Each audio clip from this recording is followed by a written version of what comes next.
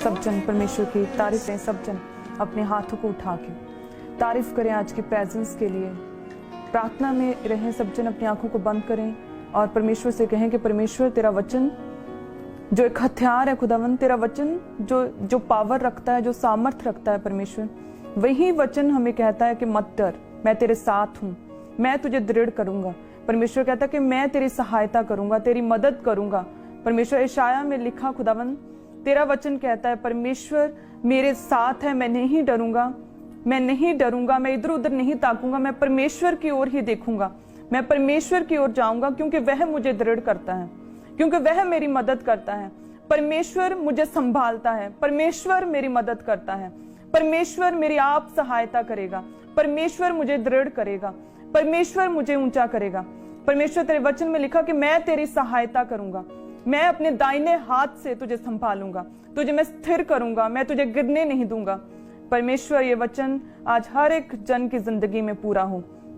जितने जन, जितनी कलीसिया आज मुझे सुन रही है, परमेश्वर का आत्मा आपको छुए, आपके घरों में, आपके परिवारों में, बच्चों को, सभी हिस्सों में परमेश्वर आपको फलदार करे, सभी हिस्सों में परमेश्वर आपको आशीषित करे, ब्लेस करे। खुदा का वचन आप सबको परमेश्वर का आत्मा छुए। सब जन जो जितने घरों में, जितने मुझे सुन पा रहे हैं, सब जन परमेश्वर का आत्मा आपको छुए, आपको ब्लेस करें। हर एक बंदुआई से परमेश्वर आपको छुड़ाए। आज आप ब्लेस हो प्रभु यीशु मसीह के सामर्थी नाम में। आमीन आमीन। आज हम बात करेंगे कि बहुत से कलीसिया, बहुत से लोग जो है वो ब्लेस नहीं हो पाते क्योंकि उन्हें अपनी जिंदगी में सही गाइडेंस नहीं मिलती, कि सही कोई मदद करने वाला नहीं मिलता, कोई मददगार नहीं मिलता, कोई सहायक नहीं मिलता, कोई गाइड करने वाला नहीं मिलता, कोई सही कई बार अगुआ नहीं मिलता, और वो लोग मिसगाइड हो जाते हैं और अपनी गवाही तक पहुंच नहीं पाते। हालेलुया। सो आज हम उन्हीं डिवाइन हेल्पर्स के बारे में बात करेंगे। डिवाइन हेल्पर्स जिन्हें परमेश्वर ठहराता है हमारी जिंदगी में, डिवाइन हेल्पर जिन्हें परमेश्वर ठहराता है, परमेश्वर के द्वारा चुने गए लोग, परमेश्वर के द्वारा ठहराए गए लोग, परमेश्वर के द्वारा मसा किए गए लोग, वो परमेश्वर हमारी जिंदगियों में ठहराता है और तब हम ग्रो होते हैं और तब हम फल लेके आते हैं। हालेलुया। अगर वो डिवाइन हेल्पर्स गलत हो, गलत हाथों में अगर हम चले जाएं तो क्या होता है? कंफ्यूजन्स होती हैं, भरमाने वाली आत्मा काम करती है, शैतान अटैक करता है और कई बार लोग पीछे हो जाते हैं परमेश्वर से। लेकिन आज हम बात करेंगे परमेश्वर के डिवाइन हेल्पर्स, परमेश्वर के द्वारा ठहराए गए लोग। अगर वो हमारी जिंदगी में हो तो काल के दिनों में भी हम फलदार हो सकते हैं। अगर डिवाइन हेल्पर्स हमारी जिंदगी में हो तो हम अपनी ब्लेसिंग्स को एंजॉय कर सकते हैं। हर एक जन को डिवाइन हेल्पर चाहिए, चाहे आप एक हाउसवाइफ हैं, चाहे आप एक बिजनेसमैन हैं, चाहे आप एक पॉलिटिशियन हैं। हर एक जन को क्या चाहिए? डिवाइन हेल्पर चाहिए। नामान जो कि आराम राज्य के एक उच्च अधिकारी था, जो पावर रखता था, जिसके पास पैसा था, लेकिन था वो कोढ़ी। उसे भी जरूरत पड़ी डिवाइन हेल्पर की ताकि वो उस कोढ़ से, उस बीमारी से चंगा हो सके।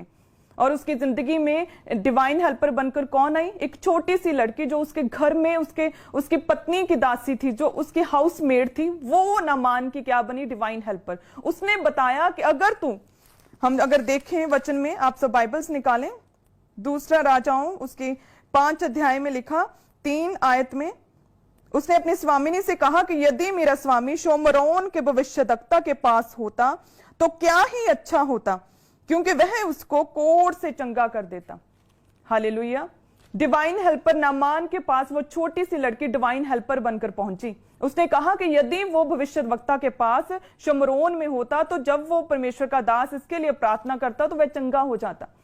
और नामान वैसे ही उस जगह पे गया, परमेश्वर के दास से प्रार्थना करवाई और उस हीलिंग को उसने ग्रहण किया, एक्सपीरियंस किया परमेश्वर की हीलिंग को।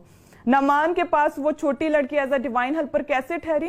क्योंकि परमेश्वर की योजना थी कि नामान मेरी सामर्थ्य को समझ पाए। परमेश्वर चाहता था कि मैं अपना आप उसके जीवन में वो परमेश्वर चाहता था कि वो समझे कि मैं कौन हूं, मैं जो हूं सो हूं। अपनी सामर्थ्य को परमेश्वर नामान की जिंदगी में दिखाना चाहता था। इसलिए उसकी जिंदगी में एक छोटी लड़की डिवाइन हेल्पर बनकर ठहरी। वो पावरफुल था, उच्च अधिकारी था, पैसा था उसके पास, उसने बहुत इलाज करवाया होगा, लेकिन था वो फिर भी कोढ़ी। और एक छोटी सी लड़की उसकी जिंदगी में डिवाइन हेल्पर बनकर आई और उसका कोढ़ जाता रहा। हालेलुया। उसी तरह से परमेश्वर आपकी जिंदगियों में, कलीसिया में, अपने लोगों की जिंदगियों में डिवाइन हेल्पर भेजता है।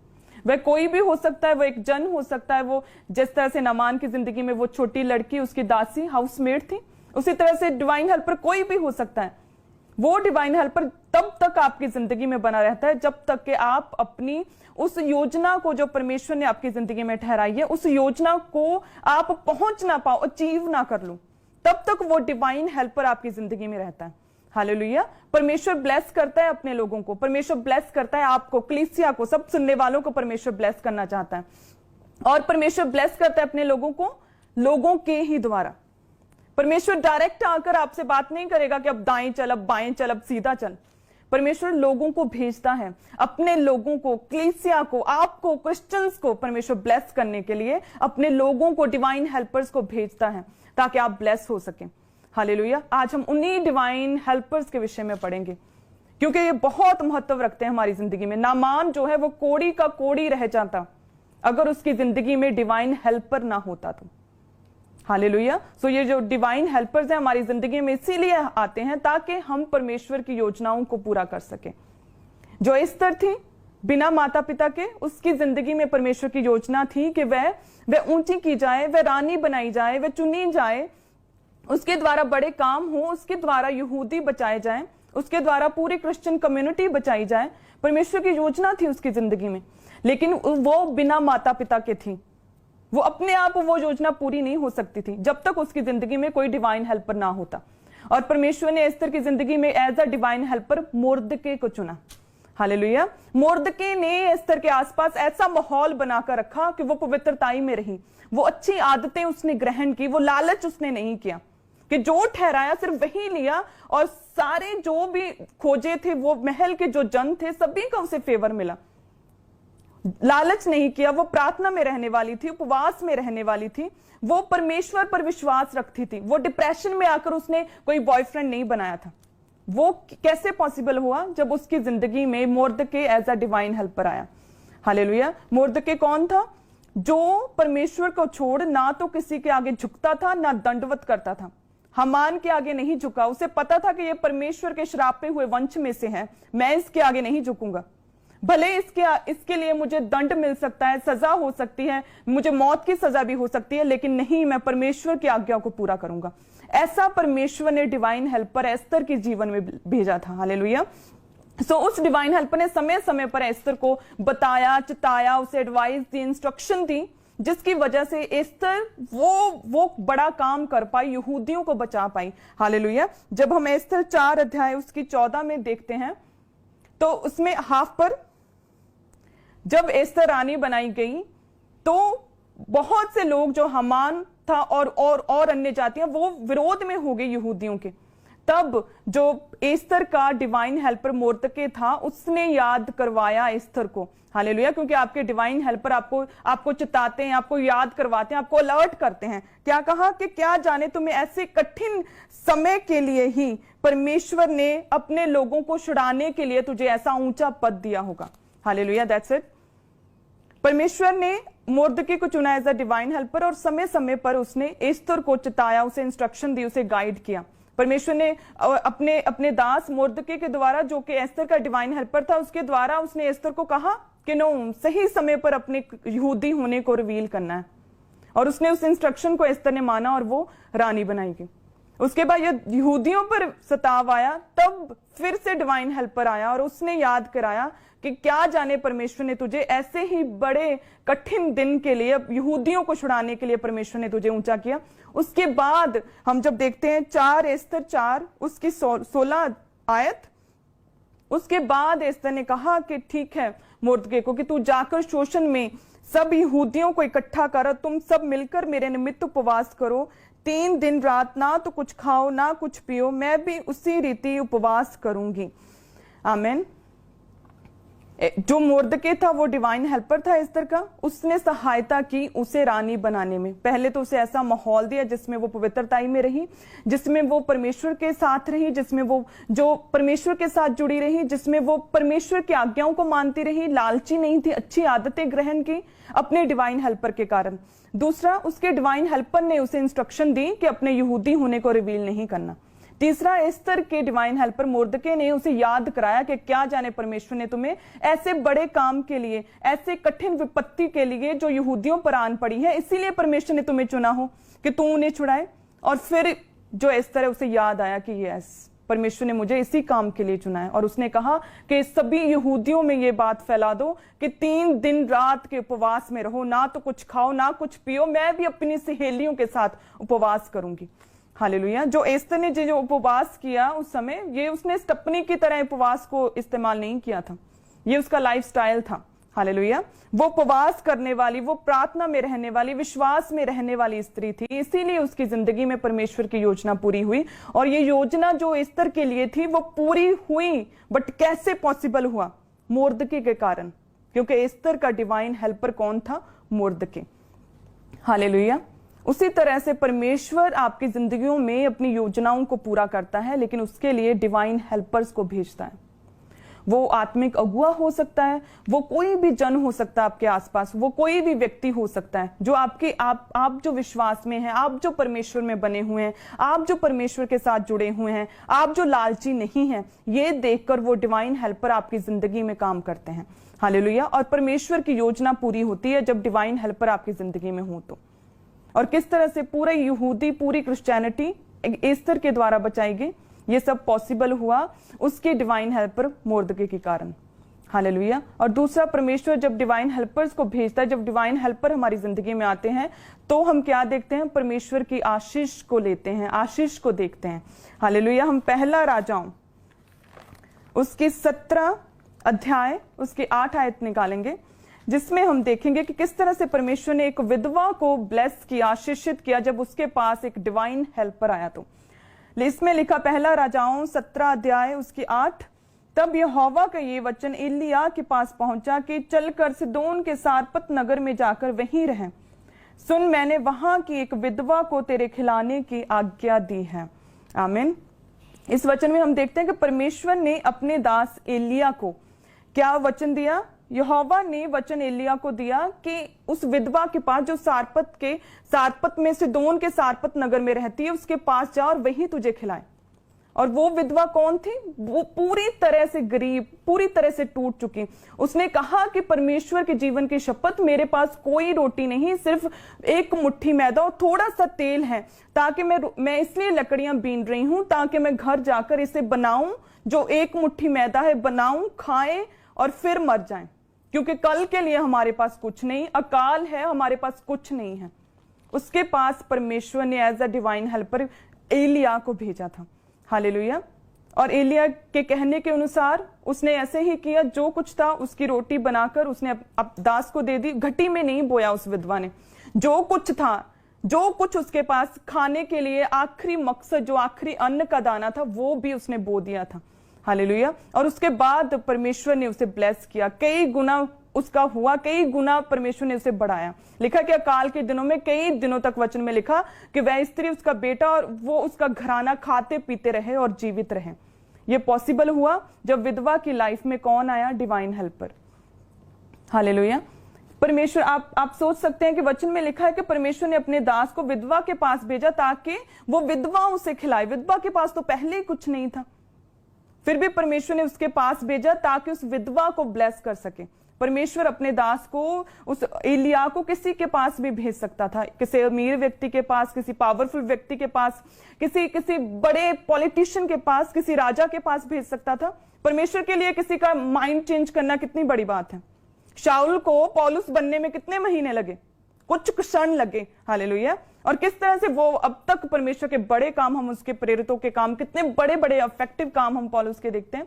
सो परमेश्वर किसी के माइंड को भी चेंज कर सकता था अपने दास को खिलाने के लिए अकाल के दिनों में, लेकिन परमेश्वर ने विधवा के पास भेजा ताकि विधवा ब्लेस हो सके, ताकि वो आशीषित हो सके, ताकि वो अकाल के दिनों में बचे। हालेलुया। तो इसी तरह से परमेश्वर आशीषित करता है जब हम परमेश्वर के साथ खड़े रहते हैं। दास, परमेश्वर के दास की बात को माना, आखिरी जो अन्न का बीज था वो भी उसने बो दिया। हालेलुया। और वो अकाल के दिनों में कई दिनों तक वो खाते पीते रहे, वो ब्लेस हुए, वो बचाए गए। हालेलुया। उस अकाल के दिनों में उसी तरह से परमेश्वर अपने दासों को, परमेश्वर डिवाइन हेल्पर्स को नॉट ओनली दास परमेश्वर के, कोई भी जन परमेश्वर चुनता है जो परमेश्वर के द्वारा ठहराया गया होता है। परमेश्वर उन्हें हमारी जिंदगी में इसलिए भेजता है ताकि हम आशीषित हो सकें। डिवाइन हेल्पर्स की जिंदगी में काम ना हो, बल्कि परमेश्वर इसलिए भेजता है ताकि हम जो दुखी हैं, जो बीमार हैं, जो गरीबी में हैं, जो अकाल में हैं, जो टूट चुके हैं, जो डिप्रेस्ड हैं, ताकि हम आशीषित हो सकें। इसलिए परमेश्वर डिवाइन हेल्पर्स को हमारी जिंदगी में भेजता है। हालेलुया। जैसे ही विधवा की जिंदगी में जैसे उसके पास डिवाइन हेल्पर एलिया पहुंचा, वैसे ही वो जो मरने वाले थे, जिनके पास कोई जीने की आस नहीं थी कि हम आगे क्या खाएं क्या पिए, परमेश्वर ने उसे आशीषित किया, परमेश्वर ने उसे बचाया, परमेश्वर ने उसे बचाया। और कई दिनों तक, अकाल के दिनों में वो कई दिनों तक, पूरा अकाल का समय वह खाते पीते रहे और जीवित रहे। हालेलुया। ऐसे डिवाइन हेल्पर जब हमारी जिंदगी में होते हैं तो परमेश्वर बड़े काम करता है, हम बचाए जाते हैं, हम आशीषित होते हैं, परमेश्वर हमें ब्लेस करता है। हालेलुया। और जब ये डिवाइन हेल्पर्स हमारी जिंदगी में होते हैं तो बदलाव भी आता है। आमीन। बदलाव आता है, क्योंकि जो डिवाइन हेल्पर्स परमेश्वर के द्वारा भेजे गए लोग होते हैं उनमें डूनामिस पावर होती है, उनमें बदलाव की क्षमता होती है कि वो हमारी परिस्थितियों को देखकर उन्हें चेंज कर सकते हैं। हालेलुया। जब डिवाइन हेल्पर हमारी जिंदगी में आते हैं तो वो इजीली हमें चीजें प्रोवाइड होने लग जाती है, जिसके लिए हमें बहुत संघर्ष करना पड़ता है। जब डिवाइन हेल्पर हमारी जिंदगी में आते हैं तो स्ट्रगल खत्म होती है। हालेलुया। जब डिवाइन हेल्पर जो परमेश्वर ने हमारी जिंदगी में ठहराए, जब वो हमारी जिंदगी में आते हैं तो चीजें आसान होती हैं, हम आशीषित होते हैं, परमेश्वर की योजनाएं पूरी होती हैं। हालेलुया। सो मेरा विश्वास है जितने जन सुन रहे हैं, परमेश्वर का आत्मा आपको छुए, आपकी जिंदगियों के हर एक रुका काम खुदावंद खोले। प्रभु यीशु मसीह के सामर्थी नाम में हर एक रुका काम आपका खुले। प्रभु यीशु मसीह के सामर्थी नाम में मैं रिलीज करती हूँ हर एक डिवाइन हेल्पर आपकी जिंदगियों में, आपके परिवारों में, आपके फाइनेंस में, हर एक डिवाइन हेल्पर जिसकी आपको इस समय जरूरत है, परमेश्वर वो स्वर्गीय मददगार आपकी जिंदगियों में भेजे। हालेलुया। इस वचन को सुनते हुए आप ब्लेस होंगे। आमीन। बहुत सी गवाहियों के साथ वापस आएंगे। जो डिवाइन हेल्पर्स हैं, जो परमेश्वर के द्वारा चुने गए, परमेश्वर के द्वारा ठहराए गए, परमेश्वर के द्वारा भेजे गए लोग हमारी जिंदगियों में जब होते हैं तो क्या होता है? बदलाव होता है। हालेलुया। सो दूसरा राजाओं उसकी 4 अध्याय उसकी 1 आयत, इसमें हम देखते हैं कि भविष्यद्वक्ताओं के चेलों की पत्नियों में से एक स्त्री ने अलीशा की दुहाई देकर कहा, तेरा दास मेरा पति मर गया है और तू जानता है कि वह यहोवा का भय मानने वाला था, पर जिसका वह कर्जदार था वह आया है, मेरे दोनों पुत्रों को अपने दास बनाने के लिए ले जाए। आमीन। इस वचन में हम देखते हैं कि जो एक स्त्री जिसका पति मर गया, लेकिन उसका पति दास था अलीशा का, और वह अलीशा के पास जाकर मदद मांगती है। वह कहती है कि तेरा दास मेरा पति मर गया है, जो कि परमेश्वर का भय मानने वाला था, जो कि तेरा दास था, वह कर्जदार था, वह मर गया, वो कर्ज मेरे ऊपर आ चढ़ा है। और अलीशा ने मदद की। उसने कहा कि तेरे पास क्या है? उसने कहा कि बस थोड़ा सा तेल, और परमेश्वर के दास के कहने के अनुसार उस बर्तनों में डालती गई, वो बढ़ता गया, उसे बेचा, उसने कर्ज उतारा, और उसके बाद उसने अपने बच्चों के साथ, बेटों के साथ बाकी का जीवन निर्वाह किया। हालेलुया। सो लेकिन उस स्त्री ने अलीशा के पास जाकर क्या बोला कि मेरा पति जो कि तेरा दास था, जो कि परमेश्वर का भय मानने वाला था, वह मर गया है, वह कर्जाई था। और अलीशा ने मदद की। हालेलुया। सो आप क्या बोलोगे परमेश्वर को कि मैं जो पापी हूं, मैं जो व्यभिचारी हूं, इसलिए मेरी मदद कर। मैं जो गंदा देखता हूं, मैं जो ठट्ठों में उड़ाता हूं वचन को, इसलिए मेरी मदद कर। इस तरह ने बोला कि तेरा दास, मेरा पति जो तेरा दास था, जो परमेश्वर का भय मानता था, वह कर्जदार था, उसे इसलिए उसके परिवार को बचा। सो आप क्या कहोगे कि आप कौन हो? हालेलुया। सो परमेश्वर में बने रहने की जरूरत है। डिवाइन हेल्पर्स आएंगे, वो मदद करेंगे जब आप परमेश्वर का भय मानने वाले होंगे, जब आप परमेश्वर में चलने वाले होंगे। जब आप परमेश्वर के पीछे चलोगे तो वो मददगार आएंगे, वो आपकी सुनेंगे भी, और आप कई गुना अपनी जिंदगी में बढ़ोतरी को और फ्रूटफुलनेस को और ब्लेसिंग्स को देखेंगे फिर। हालेलुया।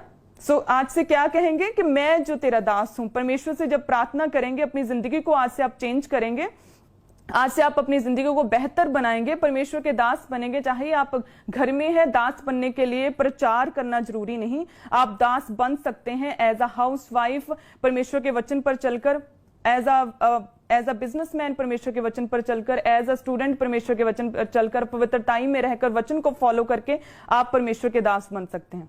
और फिर जब आप प्रार्थना करेंगे कि मैं जो तेरा दास हूं, मैं जो तेरा भय मानता हूं, इसलिए मेरी मदद कर खुदा, और परमेश्वर मददगार भेजेंगे। हालेलुया। क्योंकि जब डिवाइन हेल्पर्स हमारी जिंदगी में आते हैं तो बदलाव होता है। मैं अपनी जिंदगी की गवाही देती हूं कि मेरे फादर पिछले परमेश्वर में आने से पहले 30-35 साल तक लगातार वो शराब का नशा करते थे, और ऐसा कोई दिन नहीं था जब मैंने उन्हें गाइड ना किया हो, बैठ के उन्हें रोका ना हो कि शराब मत पियो, नशा मत पियो, ये आपकी सेहत के लिए अच्छा नहीं, ये फजूल खर्ची है, ये फजूल खर्ची, ये बिल्कुल अच्छा नहीं है। लेकिन वो कभी नहीं मानते थे, कभी नहीं सुनी थी। लेकिन जैसे ही परमेश्वर के दास हमारी जिंदगी में आए, उन्होंने सिर्फ एक ही वर्ड बोला उनसे मिले जब, कि नशा छोड़ दो। और वो दिन और आज का दिन पूरे 9 साल हो गए, मेरे फादर ने कभी नशा नहीं किया। हालेलुया। सो डिवाइन हेल्पर जब हमारी जिंदगी में आते हैं तो बदलाव आता है। जब डिवाइन हेल्पर हमारी जिंदगी में आते हैं तो हमारी जिंदगी में चीजें आसान हो जाती हैं, हम अपनी गवाही तक पहुंच पाते हैं, हम आशीषों को ग्रहण करते हैं। इस्तर की तरह हमारी जिंदगी में योजनाएं पूरी होती हैं। हालेलुया। जब इजराइलियों ने मूसा को देखा तो उन्होंने बदलाव को देखा था। जब इजराइलियों ने प्रार्थना की कि परमेश्वर हमें बचा, परमेश्वर की दहाई दी कि परमेश्वर हमें बचा, हम मरे जाते हैं, हमें बचा, तो परमेश्वर ने इजराइलियों से बात नहीं की, परमेश्वर ने मूसा से बात की और इजराइलियों के लिए मूसा को एज अ डिवाइन हेल्पर उनके पास भेजा। हालेलुया। और 100 दिनों की, 100 सालों की और कई 100 सालों की मजदूरी परमेश्वर ने एक ही दिन में इजराइलियों को लौटा दी। सोने चांदी कीमती चीजों के उपहारों के साथ लदे हुए पूरी शान से वो गुलामी से परमेश्वर की महिमा करते हुए निकले। हालेलुया। कि परमेश्वर की स्तुति हो, वही जीवित परमेश्वर है। तो जब इजराइलियों ने मूसा को देखा तो उन्होंने क्या देखा? उन्होंने बदलाव को देखा। जब इजराइलियों ने अपने डिवाइन हेल्पर को देखा तो उन्होंने परमेश्वर के बड़े कामों को देखा। जब इजराइलियों ने मूसा को एज अ डिवाइन हेल्पर देखा तो उन्होंने अपने छुटकारे को देखा। उसी तरह से परमेश्वर आपकी जिंदगियों में जब डिवाइन हेल्पर भेजता है तो आप बदलाव को देखते हैं, आप छुटकारे को देखते हैं, आप परमेश्वर के बड़े कामों को देखते हैं, अपने गवाहियों को देखते हैं, आप परमेश्वर के द्वारा आपकी जिंदगी में पूरी की गई योजनाओं को देखते हैं।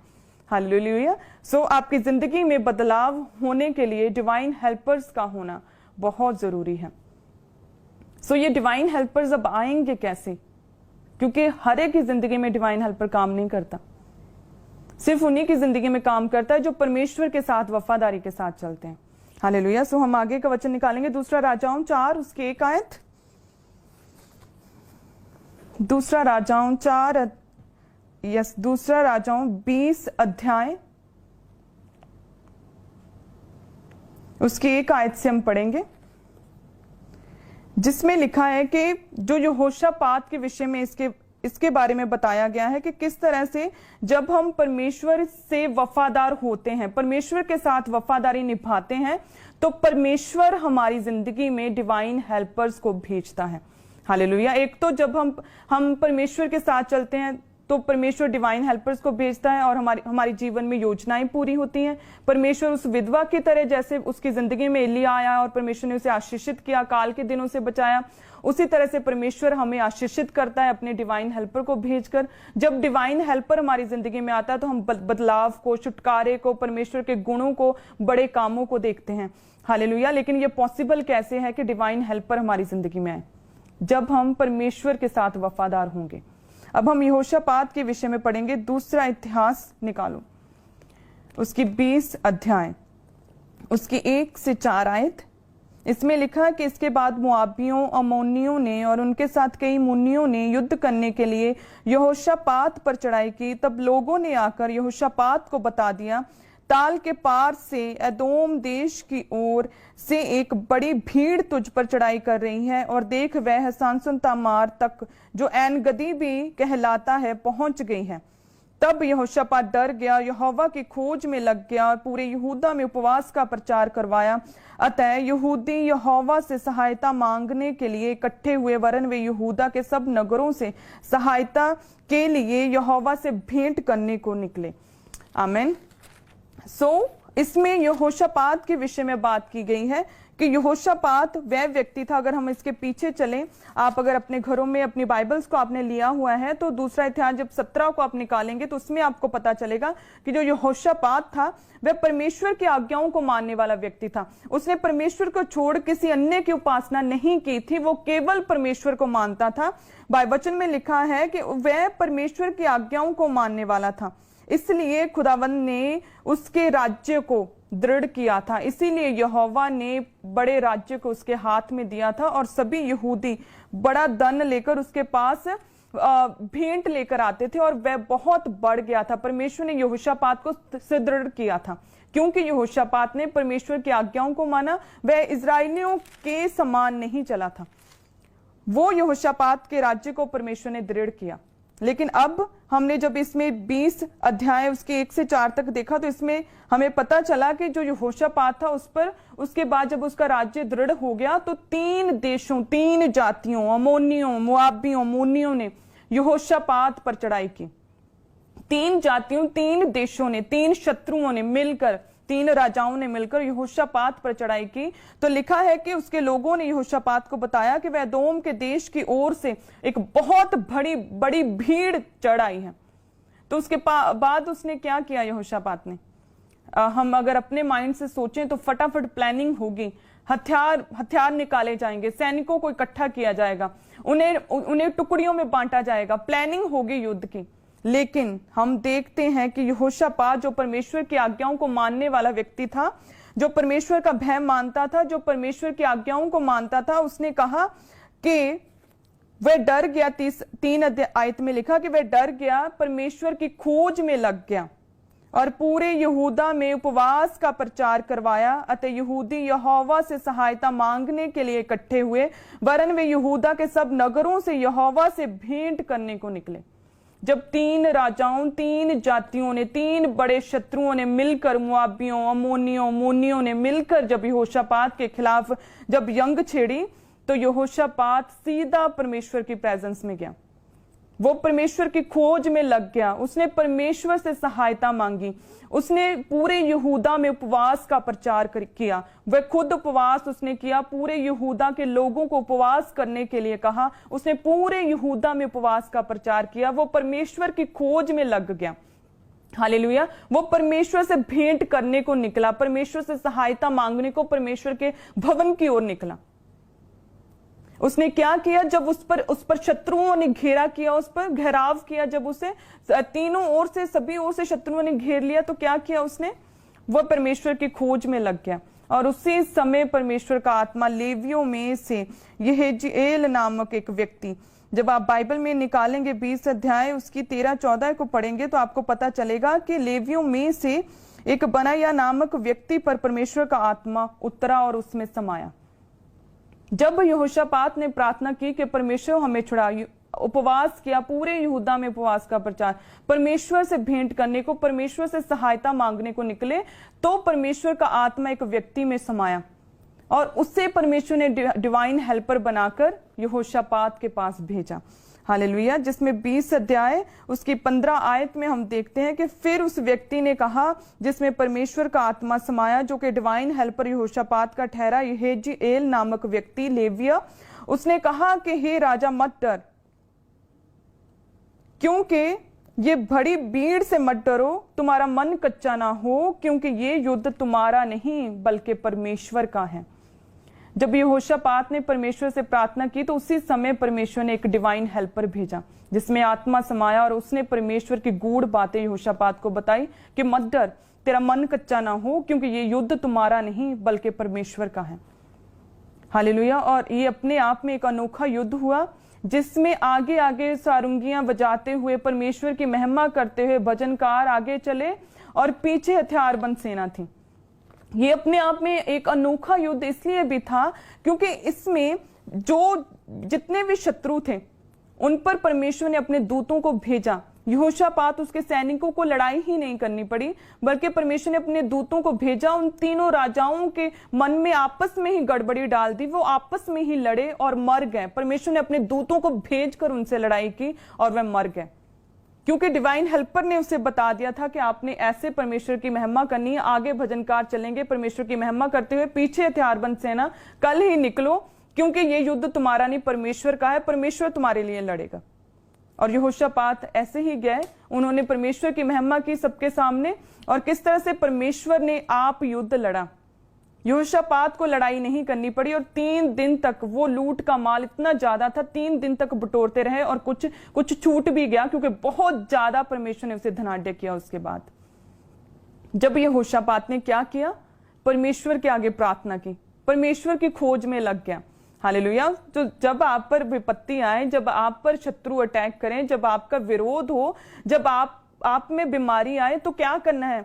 सबसे पहले डॉक्टर्स के पास जाने से पहले, इंटरनेट ऑनलाइन अपने विरोधियों को जवाब देने से पहले परमेश्वर की खोज में लगना है। हालेलुया। परमेश्वर की खोज में लगा वो, परमेश्वर की खोज करनी है, परमेश्वर से सहायता मांगनी है, उपवास करना है। उसके बाद नेक्स्ट स्टेप बाद के हैं, क्योंकि फिर उसके बाद परमेश्वर डिवाइन हेल्पर्स आपकी जिंदगी में भेजेगा।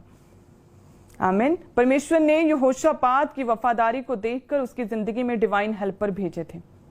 सो अगर एक विश्वासी, अगर एक क्रिश्चियन वफादार है परमेश्वर के साथ, वो वफादारी के साथ परमेश्वर के साथ चलता है, तो परमेश्वर उसकी जिंदगी में डिवाइन हेल्पर भेजता है। हालेलुया। क्योंकि डिवाइन हेल्पर आते हैं तो योजनाएं पूरी होती हैं, डिवाइन हेल्पर होते हैं तो परमेश्वर हमें आशीषित करता है, डिवाइन हेल्पर हमारी जिंदगी में है तो हम अपनी जिंदगी में बदलाव देखते हैं, शरापों से हम निकलते हैं, हम अपनी गरीबी से निकलते हैं। जब डिवाइन हेल्पर हमारी जिंदगी में होता है तो हमारे परिवारों में शांति आती है, क्योंकि सही सलाहकार हमें मिल जाता है। हालेलुया।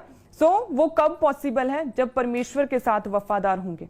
वचन में लिखा कि यहोशापात परमेश्वर की आज्ञाओं को मानने वाला व्यक्ति था, वो परमेश्वर का भय मानता था, उसने इजरायलियों के से पाप नहीं किए थे, इसलिए परमेश्वर ने उसके राज्य को दृढ़ किया। और जब भूल से विरोधियों ने उसे तंग करना चाहा, तो परमेश्वर ने अपने दूतों को भेजकर उन्हें मारा।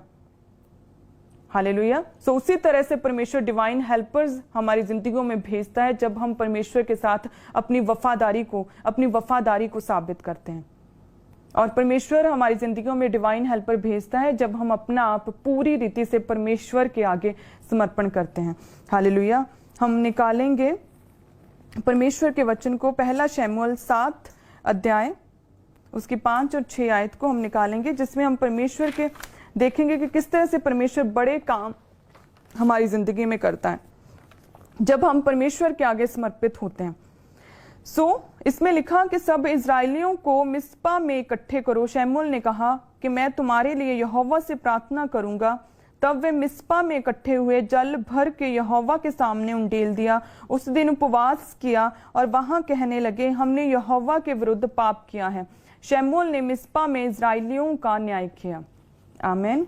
ये वो वाक्य है जिसमें हम देखते हैं कि शमूएल ने अपने लोगों को, सभी इजरायलियों को मिस्पा में इकट्ठा किया ताकि फिलिस्तियों के विरुद्ध उनसे युद्ध लड़े, उन्हें पराजित करें, क्योंकि फिलिस्ती बहुत दुख देते थे इजरायलियों को उस समय।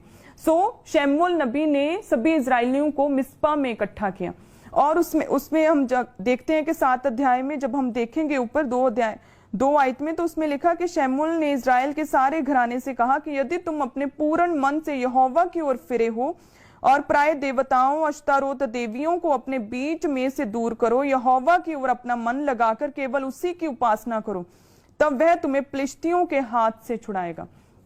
और इजराइलियों को मिस्पा में इकट्ठा किया ताकि फिलिस्तियों पर जय पाए। मिस्पा का अर्थ यहाँ पर जानी के अपना आप समर्पण करना, कि यदि तुम सब देवी देवताओं, जो लिखा इसमें कि सभी अश्तारोत देवियों को अगर तुम अपने बीच से दूर करो, यहोवा की ओर अपना मन फिराओ, परमेश्वर की उपासना में लग जाओ, परमेश्वर के आगे घुटने लगाओ, अपने पापों से तौबा करो, यदि तुम अपना आप समर्पण करो, तो परमेश्वर उन शत्रुओं को तुमसे दूर करेगा। हालेलुया। इसके लिए शमूएल ने सभी इजरायलियों को मिस्पा में इकट्ठा किया। मिस्पा जाने के अपने आप का समर्पण कर देना, अपनी मर्जी, अपनी इच्छाओं का समर्पण कर देना, परमेश्वर के आगे सरेंडर कर देना कि वो छुड़ाए चाहे ना छुड़ाए, वो मेरा परमेश्वर है, वो चंगा करे चाहे ना करे, लेकिन वो ही मेरा परमेश्वर है। जब अपना आप समर्पण कर देना, मिस्पा में इकट्ठा करवाने का मकसद यही था, उनको ये बताना कि अपने आप का समर्पण करो, कि जब तुम परमेश्वर ही की उपासना करोगे, जब तुम पाप से दूर रहोगे, जब तुम परमेश्वर के आगे झुक जाओगे, परमेश्वर के आगे घुटने लगाओगे, परमेश्वर की खोज में लगोगे, तो परमेश्वर ने जो तुम पाप में गिरे और परमेश्वर ने फिलिस्तियों को तुम पर हावी किया, और अब अगर तुम रिपेंट करो, तौबा करो, तो यही शत्रु तुमसे दूर हो जाएंगे। हालेलुया। सो यही तो हमने अब देखा कि 7 अध्याय उसके 5 और 6 में कि किस तरह से इजराइलियों ने मिस्पा में क्या किया, उपवास किया। उन्होंने परमेश्वर के सामने इस पानी को ढेल कर उपवास किया और सभी जो पाप किए थे उनसे तौबा की। हालेलुया। सो यदि हम अपने आप का समर्पण करें तो परमेश्वर फिलिस्तियों से, जिस तरह से इजराइलियों को उनसे दूर किया, फिलिस्तियों को, वचन में लिखा है कि वे दब गए, फिलिस्ती इजराइलियों से दब गए, और शमूएल नबी की जीवन भर वो फिलिस्ती कभी भी उस पर हावी नहीं हुए थे। हालेलुया।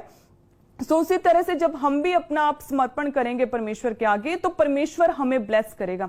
परमेश्वर शत्रुओं को हम पर हावी नहीं होने देगा, परमेश्वर कोई रोग हम पर हावी नहीं होने देगा। इजराइलियों को मिस्पा में इकट्ठा किया, मिस्पा जानी कि अपने आप का समर्पण करना। शमूएल ने कहा कि यदि तुम लोग अपने आप का समर्पण करो, यदि तुम परमेश्वर की उपासना करो, यदि तुम अपने पापों से मन फिराओ, यदि तुम परमेश्वर के आगे दंडवत करो, यदि तुम परमेश्वर की आज्ञाओं को मानो, तो जो शत्रु तुम पर अभी प्रबल हुए जाते हैं, अगर तुम तौबा करो तो वही शत्रु तुमसे दूर होंगे। और जैसे ही उन्होंने, सभी इजराइलियों ने अपने आप का समर्पण किया परमेश्वर के आगे, अपनी मर्जी को, अपनी इच्छाओं को, अपनी विल को खत्म करके परमेश्वर को प्रथम रखा अपनी जिंदगी में, उसी समय फिलिस्ती जो थे वह हारने शुरू हो गए। वचन में लिखा कि वे दब गए इजराइलियों से। वो शमूएल के जीवन भर परमेश्वर का विरोध वाला हाथ उन फिलिस्तियों पर हमेशा क्रोधित रहा। हालेलुया। वो हमेशा हारते रहे शमूएल के पूरे जीवन भर। कब? जब मिस्पा में इकट्ठे हुए, जब इजराइलियों ने अपने आप का समर्पण किया, जब अपनी इच्छाओं का, जब अपनी विल का, जब अपनी पावर का, अपनी थॉट्स का, जब उन्होंने अपनी सोच, अपनी प्लानिंग्स का समर्पण परमेश्वर के आगे किया, जब परमेश्वर के हाथों में अपने आप को समर्पित किया, उसके बाद परमेश्वर ने शत्रुओं को उनसे दूर किया। सो इस वाक्य से परमेश्वर हमें यही बताना चाहते हैं कि यदि हम भी अपने आप का समर्पण करें, तो चाहे वो शत्रु दुष्ट आत्मा हो, चाहे वो शत्रु बीमारी हो, चाहे वो शत्रु गरीबी हो, चाहे वो शत्रु शराब हो, परमेश्वर हर उस शत्रु पर अपना विरोध जताएंगे।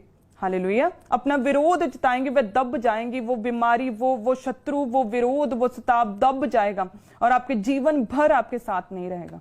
हालेलुया। और उसके बाद शमूएल ने वहां पर एक पत्थर रखा जिसका नाम रखा अबीनेजर।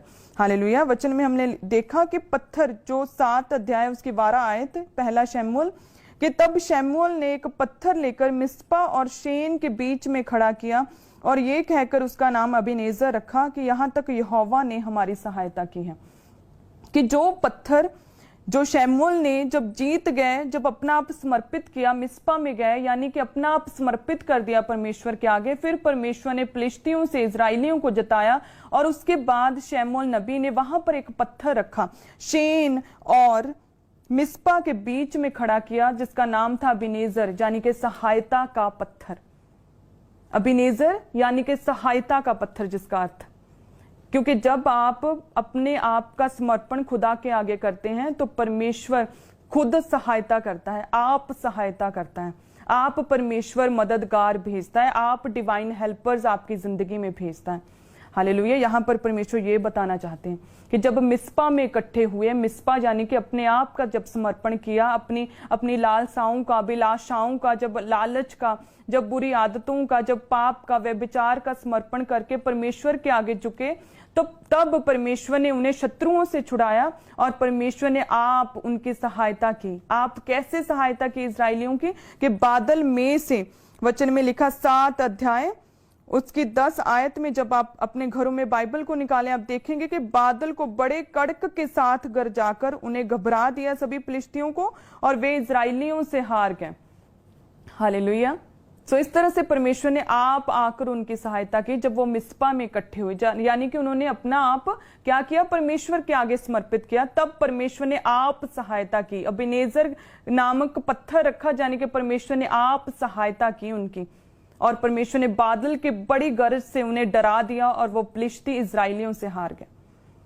उसी तरह से परमेश्वर आपकी जिंदगियों में काम करना चाहता है, अपनी मदद को भेजना चाहता है। परमेश्वर कभी भी किसी का पक्षपात नहीं करता। अगर आप परमेश्वर के साथ सीधे हैं तो परमेश्वर आपके साथ सीधा है। यदि आप अपना आप समर्पित करते हैं परमेश्वर के आगे, तो यस, परमेश्वर भी अपना आप अपने दिल को, अपनी सामर्थ्य को, अपनी चंगाई को आपके दिलों में, आपके जीवनों में, आपके परिवारों में उंडेलता है। हालेलुया। सो क्या करना है, अपने आप का समर्पण करना है। अगर परमेश्वर चाहिए, अगर सच्चे मददगार चाहिए, अगर डिवाइन हेल्पर्स चाहिए अपनी जिंदगी में, तो परमेश्वर के साथ यहोशापात की तरह क्या करना है, वफादार रहना है। और दूसरा, हमें परमेश्वर के आगे समर्पण करना है, ताकि हमें रियल डिवाइन हेल्पर्स हैं, जो हमारे मददगार हैं, जो हमारी जिंदगी में, हमारे बिजनेस में, हमारे परिवार में, हमारी आत्मिक लाइफ में हमें आगे बढ़ाने के लिए जो हमारी मदद करें, वो डिवाइन हेल्पर हमें चाहिए। एस्तर को जरूरत पड़ी, विधवा को जरूरत पड़ी, हालेलुया, इजराइलियों को जरूरत पड़ी, हर एक व्यक्ति को, राजा यहोशापात को जरूरत पड़ी डिवाइन हेल्पर की। उसी तरह से हर एक व्यक्ति को जरूरत पड़ती है डिवाइन हेल्पर की, क्योंकि परमेश्वर डायरेक्ट आके नहीं, परमेश्वर अपने लोगों को भेजता है। परमेश्वर ब्लेस करना चाहता है आपको, लेकिन आपको ब्लेस करेगा लोगों के ही द्वारा, डिवाइन हेल्पर्स के द्वारा आपको ब्लेस करेगा। अगर वो आपकी जिंदगी में आए तो आपकी जिंदगी आसान होगी, गवाहियों तक पहुंच सकेंगे। लेकिन वो कैसे पॉसिबल होगा, जब आप परमेश्वर के साथ वफादार होंगे, और दूसरा, आपने अपना आप जब परमेश्वर के आगे समर्पित कर दिया। परमेश्वर के आगे, वो तो इजराइलियों ने अपना आप समर्पित किया, यानी कि वो परमेश्वर, उन्होंने अपने पापों से मन फिराया, परमेश्वर के आगे घुटने लगाए, उपवास किया, उन्होंने अपना आप समर्पित किया, और परमेश्वर ने आप सहायता की। उसी याद में कि परमेश्वर ने हमारी सहायता की है, उन्होंने अबेनेजर नामक पत्थर रखा, इस याद में कि परमेश्वर ने आप सहायता की। बड़ी बड़ी गड़गड़ाहट के साथ बादल गरजा और फिलिस्ती डर गए और वो हार गए। हालेलुया। हमारी जिंदगियों में परमेश्वर कैसे डिवाइन हेल्पर भेजे, हम कैसे अपना आप समर्पित करें। आप समर्पित अपने आप को कर सकते हैं। अगर आप हाउस वाइफ हैं, अगर आप अपने माता पिता के अधीन है, उनका आदर करते हैं, अपने हस्बैंड के अधीन है, उसकी इज्जत करते हैं, यदि आप अपने बच्चों को सही रीति से पालन पोषण करते हैं, आप परमेश्वर की आज्ञाओं के विषय में, परमेश्वर के वचन की उन्हें शिक्षा देते हैं, आप अगर हाउस वाइफ है, अपने पूरे घर को, अपने परिवार को संभाला हुआ है, तो यस, आप समर्पित हैं। हालेलुया। यदि आप एक बिजनेसमैन हैं, उस बिजनेस में आप धोखाधड़ी नहीं करते, उस बिजनेस में आप अपना दशमांश परमेश्वर के वचन के अनुसार, परमेश्वर के कामों के लिए, परमेश्वर के भवन में, परमेश्वर के राज्य के लिए बोते हैं, तो यस, आप समर्पित हैं। यदि आप जॉब करते हैं और आप अपने बॉस के लिए पूरी रीति से डेडिकेट हैं, आप चोरी नहीं करते, आप अपने बॉस की जो वर्ड को फॉलो करके असाइनमेंट को पूरा करते हैं, तो यस, आप समर्पित हैं। हालेलुया। यदि आप एक स्टूडेंट हैं और आप सही रीति से अपनी स्टडी को कंप्लीट कर रहे हैं उस योजना तक पहुंचने के लिए, तो यस, आप समर्पित हैं। यदि आप अपने शरीर के साथ गलत नहीं करते, आप व्यभिचार नहीं करते, तो आप समर्पित हैं।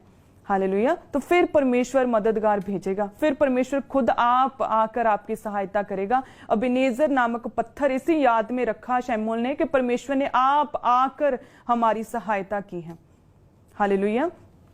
क्या आपको नहीं पता कि प्रभु यीशु मसीह जब जा रहे थे क्रूस की ओर, तो परमेश्वर के कंधे पर जो क्रूस था वो थोड़ी देर के लिए नीचे गिर गया, तो शमौन नामक व्यक्ति ने क्या किया, सहायता की।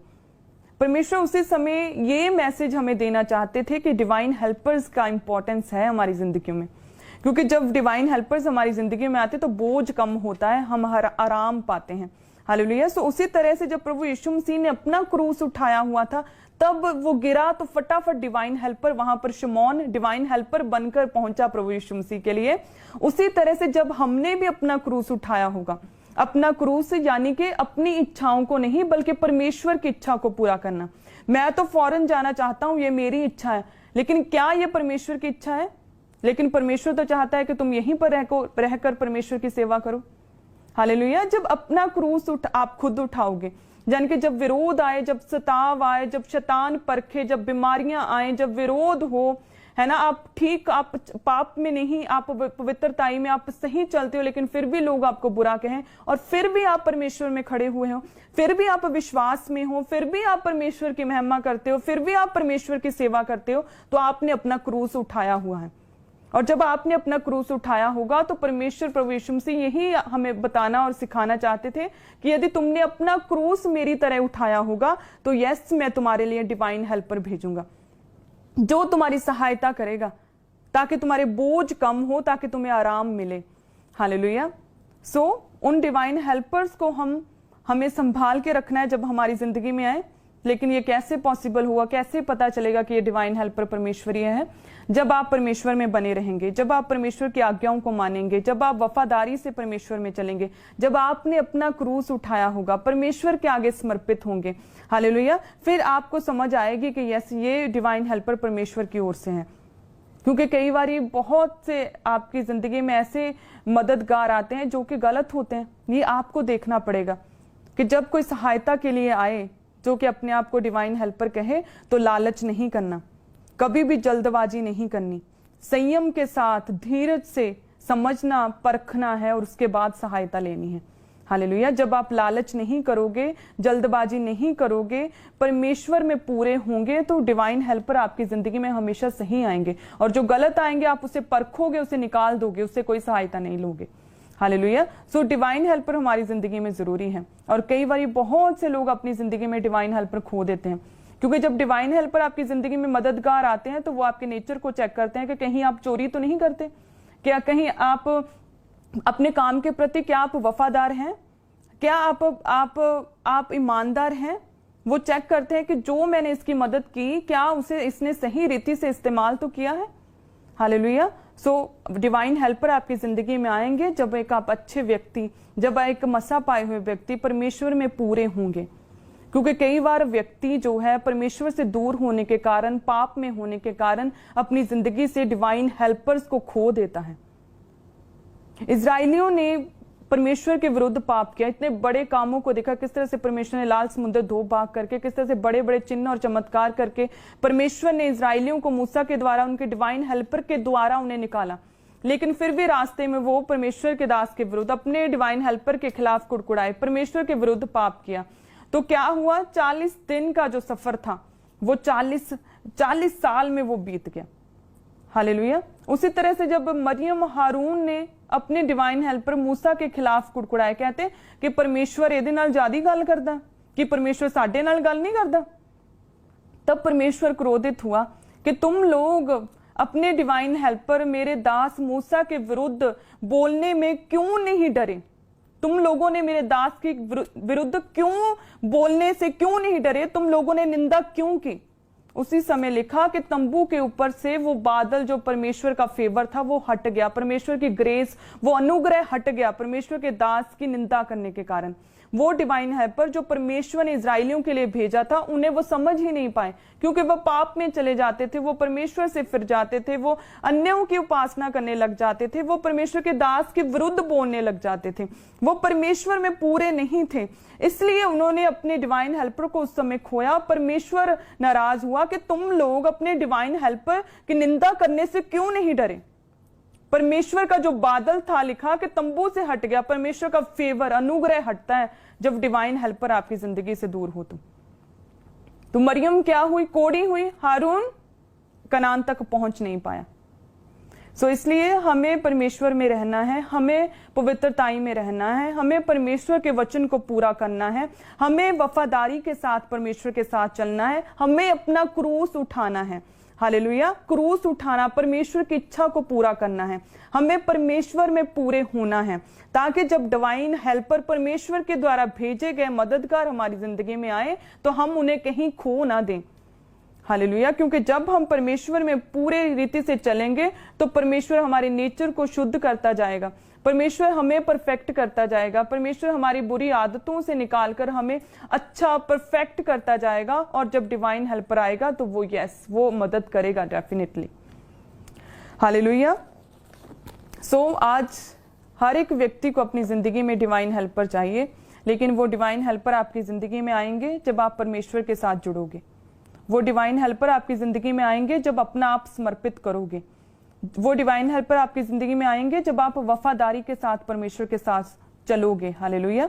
तब वो वफादारी के साथ वो डिवाइन हेल्पर आपकी जिंदगी में आएंगे, वो आपकी मदद करेंगे जब तक कि आप अपनी योजना तक, अपनी बुलाहट तक, आप एक सक्सेसफुल बिजनेसमैन होना चाहते हैं, जब तक आप वो बन नहीं जाते जो आप बनना चाहते हो, जो प्रार्थना में परमेश्वर के आगे रखते हो, जब तक कि वो पूरा ना हो जाए तब तक वो जो डिवाइन हेल्पर हैं वो हमेशा आपकी मदद के लिए आपके साथ खड़े रहेंगे। हालेलुया। सो पर्वतों की ओर देखूंगा मैं कि कौन है मददगार मेरा, मेरा मददगार खुदा है। हालेलुया। सो जब मदद की जरूरत है, अपनी भुआ को जो फॉरेन में रहती उससे कॉल नहीं करनी, मेरा मददगार खुदा है। आपका मददगार जो है सच्चा वो खुदा है जिसने जमीन और आसमान को बनाया। हालेलुया। सो जब जरूरत पड़े, जब पैसे की जब जरूरत पड़े किसी चीज की, तब फौरन फोन करने से पहले, किसी से मांगने से पहले, सबसे पहले परमेश्वर की खोज में घुटने लगाकर परमेश्वर से प्रार्थना करनी है कि परमेश्वर मेरी सुन, परमेश्वर मैं जो तेरी दास हूं, परमेश्वर मैं जो तेरा दास हूं मेरी सुन। परमेश्वर उपवास के साथ परमेश्वर के आगे घुटने लगाने, परमेश्वर से भेंट करने को निकलना।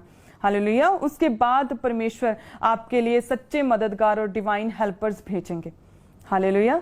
सो हम वर्शिप करेंगे कि अखियां चुकना हाँ मैं वल पहाड़ा, मदद लई मैं किसनू पुकारा, क्योंकि मेरी मदद परमेश्वर दे वलों आ। हालेलुया। मेरी मदद किसकी ओर से है? परमेश्वर की ओर से है जो आकाश और पृथ्वी का करता है। अगर हम उस परमेश्वर के साथ, उस यहोवा परमेश्वर के साथ, अपने परमेश्वर प्रभु यीशु मसीह के साथ जुड़े हैं, तो यस, परमेश्वर हमारी जिंदगी में डेफिनेटली डिवाइन हेल्पर्स को भेजेगा। हालेलुया। आप सब ब्लेस होंगे आज के वचन के बाद, और सब जन अभी प्रार्थना में रहें और हम वर्शिप करेंगे। हम और समझेंगे कि डिवाइन हेल्पर कौन है, वो कैसे हमारी सहायता करता है, वो कैसे हमारी मदद करता है। सब जन वर्शिप करें।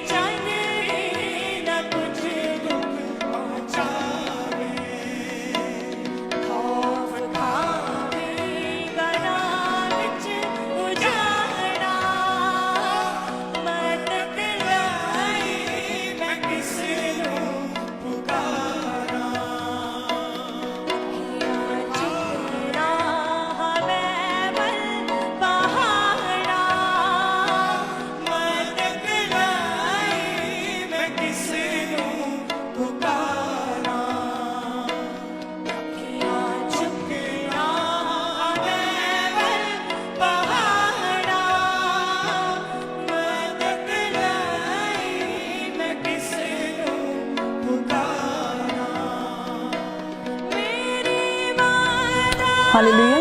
सो लास्ट ट्यूसडे जैसे कि फ्रॉम बैरननेस टू फ्रूटफुलनेस की बहुत सी टेस्टिमनीज हमारे पास आई। सच में वो परमेश्वर के द्वारा दिया गया वो वचन था, परमेश्वर के आत्मा के द्वारा बहुत सी टेस्टिमनीज आई और मेरा विश्वास था कि जरूर प्रेगनेंसी की गवाही जरूर आएगी, परमेश्वर जो कोखों को जरूर खोलेगा। सो एक गवाही आई है, हम सुनते हैं। सिस्टर पायल इनका नाम है, सिस्टर पायल। हाफ में हम इसकी फोटो को देखेंगे कि 3 साल से ये बहन खामरा चर्च के साथ जुड़े हुए हैं। इनकी शादी को काफी साल हो गए।